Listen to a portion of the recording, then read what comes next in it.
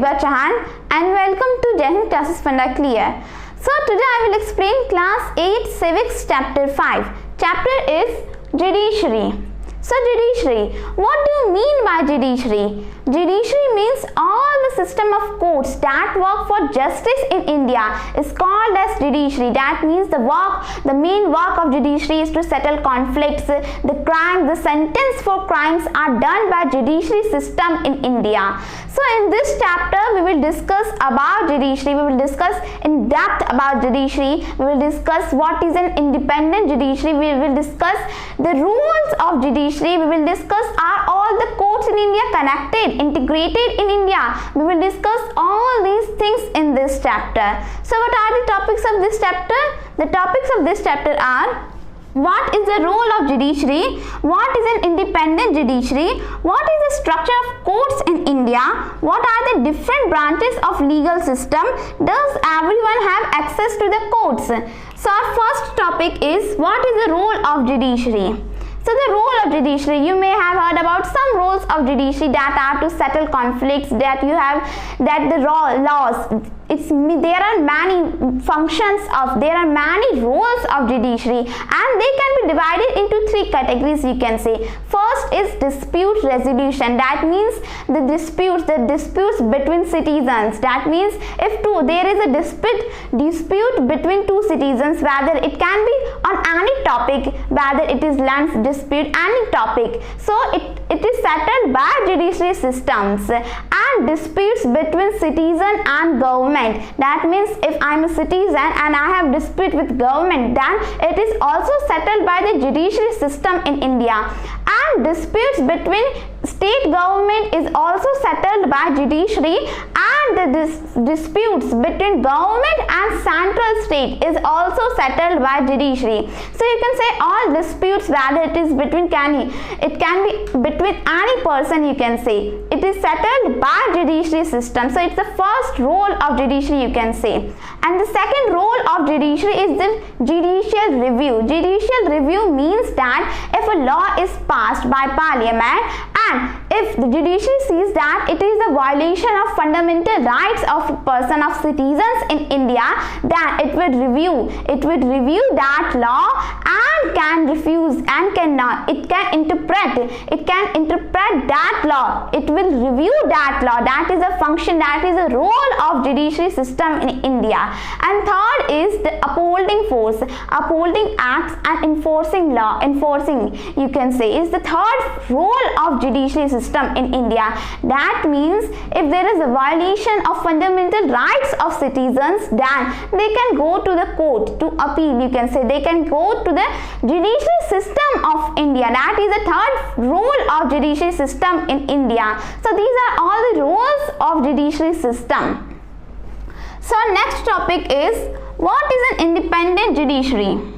Independent judiciary, that means independent of all organs of all matters in India. That means if I give you a situation, that is there is a government official who has appointed a judge and he has taken your land, but you cannot do anything because the judge is appointed by him. That means the judge will obviously give favor to him, give favor to the government official, not you, because he will be afraid of his position, because if he doesn't give favor to the government official, that means the government official will appoint someone other as the position of judge. So that means the judiciary system of India is not independent. But so for this independence, there is independence of judiciary. That means judiciary is independent of all other organs, legislature and executive in India, so that there would be justice in India. For example, if it is independent of executive and legislature, that means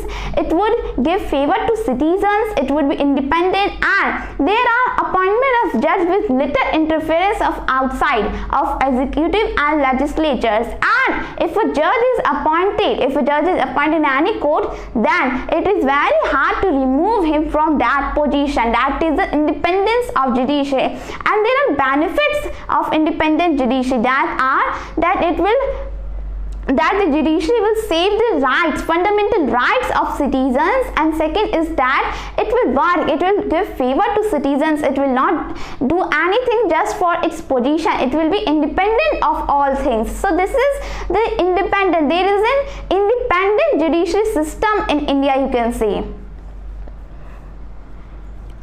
So our third topic is, what is the structure of courts in India? Structure of courts. There are different levels of courts in India. That means the lowest, the district. The lowest, in the lowest level there is a district court. District courts, you can say, that are in districts or in tehsils. In villages you can say tehsils. So these are the districts and they are presided by a district judge, you can say. And the its uppermost level, it's the high court. High court is the highest court in any state, in each state, and there are high courts of each state, but there are not only 28 high courts, they are less than, because some of the states, some of the high courts of some states are integrated. For example, Chandigarh and Haryana. The high courts of Chandigarh and Haryana are one. That means there is one high court for both of those states. So you can say that there are not high courts for each state, and the uppermost level high court and the uppermost level of court in India is Supreme Court, that is in New Delhi, and is presided by Chief Justice. Chief Justice, you can say, is the head of all judiciary system in India, because he is the Chief Justice of Supreme Court, and Supreme Court is the uppermost, is the supreme, superior to all the in India, to all matters, to you can say all the judiciary system in India. Supreme Court is the superior.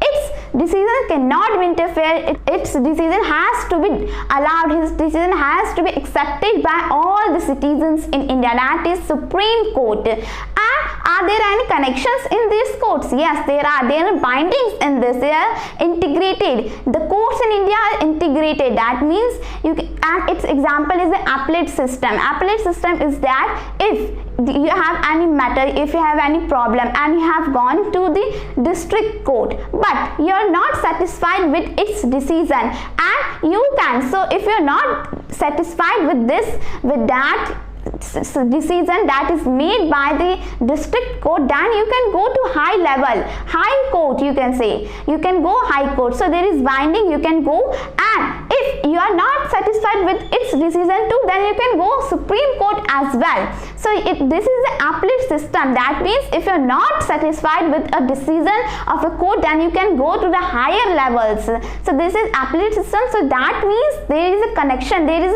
integrated courts in India, and this is the structure of courts in India. And you can say there are three structure of courts in India: district court, and district court, which is also called as lowest court, and then high court, and then Supreme Court. And Supreme Court is also called as apex court. And before Supreme Court there was a federal court in India, and Supreme Court is now in New Delhi, but earlier it was in Calcutta. So the Supreme Court of India is also called as the apex court of India, and its decision cannot be challenged by any other courts in India. Its decision is superior in India. So next topic is, what are the different branches of legal system? So in India there is legal system, and there are mainly two different branches of it. There are two different branches of legal system. First is criminal system. In criminal system there are cases like defenses, which are in offenses, you can say. For example, you can say murder, or you can say dowry death. These are all in criminal system. And in criminal system you have to file firstly you have to file FIR, that means first information report, and then a policeman will investigate that matter, that is the matter which can be anything in criminal system. And after that, if a culprit has been arrested, then he would be jailed or can be fined for that crime, you can say. And the second branch of legal system is civil system. In civil system there are mainly matters like disputes on purchasing and selling items, you can say, or the matters like divorce. These are all the civil system, that is a violation of fundamental rights of people. in civil system there are only the fundamental. When the violation of fundamental rights is, then it will be civil system, it will be in the branch of legal system, it will be in civil system. And in civil system you have to first petition, that means you have to file a petition for the court after affected, and that petition can be anyone. If it is a matter of rent, that means a landlord and tenant, then anyone from them, that means tenant or landlord, both of them, anyone can from that can file petition for the court. And if there is a culprit, and in civil system there is that you would not be arrested, you would not be jailed, but you have to ask, you will be relieved what you have asked for. That means if there is a case of landlord and tenant is not paying for many months, so the decision of the court for civil system will be that there would not be any jail, there would not be any arrestment for tenant, but he will have to pay to landlord and then will have to leave that house of landlord. So that will be in civil system. There is no sentence or trial, or you can say fine, but in some cases there are fines as well. It is not that all cases in civil system are based only on what you have asked for. So these are two functions, these are two structures, you can say branches of legal system. First is criminal and second is civil. So next and last topic of this chapter is, does everyone have access to the courts? So does everyone have access to go in the courts, to appeal in the courts? Well, in the Constitution of India there are laws which make people, every citizen in India has access to go in courts, to appeal in courts. But in ground reality there are major poor people in India who are not able to go into courts, who are not able to appeal in courts, and there are many reasons behind it. Poor people, as you know that for the court system to make decisions there is lot of paperwork, and for that there is a use of lot of money. But if a poor person whose daily life is based on daily wages, whose livelihood is based on daily wages, then how can he pay for it? That is very hard for him. So this is the first reason you can say for there is no accessibility for the poor people in India in the courts. And government has also done something on its part. It is not that government will always see it, it has also done on its behalf. It has made PIL, or you can say public interest litigation. What is public interest litigation? Public interest litigation means, or you can say PIL means that if a person's fundamental right is violated by any person, that it doesn't matter that only that person whose fundamental rights have been violated can appeal in the courts. Anyone else also can appeal in the courts, go in the courts. That means if there are poor people who have been discriminated, who have not been paid by their lords, who have they been working for, so anyone else can also appeal on their behalf in the courts, in high courts or Supreme Court, any court. And the process of PIL is also very easy. You can send any letter or even send telegram to the Supreme Court or High Court, and there are many benefits of PIL. One of the most, you can say, benefit is midday meal scheme. What is midday meal scheme? Midday meal scheme means that in government schools children have been fed by teachers or workers, you can say, their meal of afternoon. That means in afternoon in government school children have been given meal to eat. That is midday meal scheme, and that is also done through the PIL, there is a story behind it, you can say. So story is that there was a drought in many areas. There was a drought and many people had died through it, and whereas in some regions of India there were lots of grains wastage, because there were lots of amount of grains and they were wasted. The grains were wasted by people because they were in lot of amount. So many people saw it and saw that in many regions of India there has been drought. People are starving to that, and in many regions of India there have been wastage of grains. So for this, through PIL, people have appealed to courts, and after that comes the midday meal scheme. So you can say through PIL there are many benefits. People can help each other. And the second reason for which the poor people have not accessibility into the courts is because of long time. In India, you can say there are very less amounts of judges, and because of this, if a matter has been gone to the courts, it will take a very much time. It will take many years to solve it.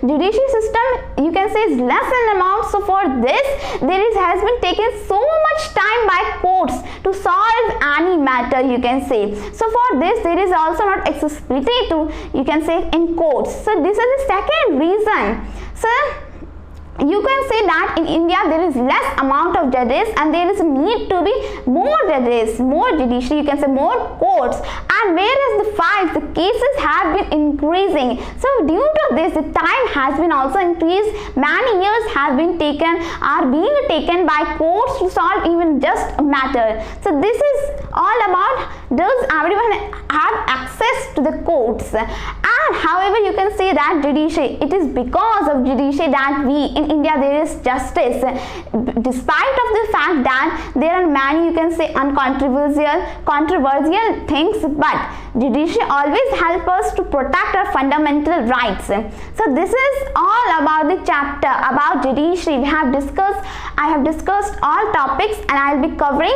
next chapters, further chapters in further videos. So thank you very much.